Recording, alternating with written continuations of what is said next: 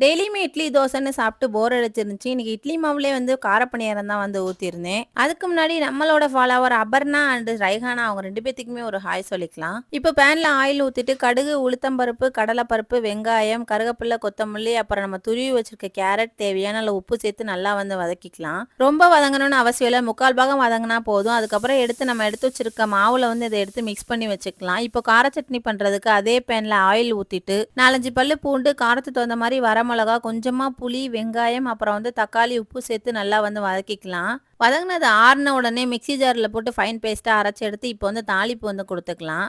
எப்பயும் எல்லாரும் தாளிக்கிற மாதிரி தான் கடுகு, உளுத்தம் பருப்பு, கருவேப்பிலை போட்டு தாளிச்சுக்கலாம். கையோட தேங்காய் சட்னியுமே அரைச்சிட்டேன். பணியாரம்னா தேங்காய் சட்னி இல்லாமையா?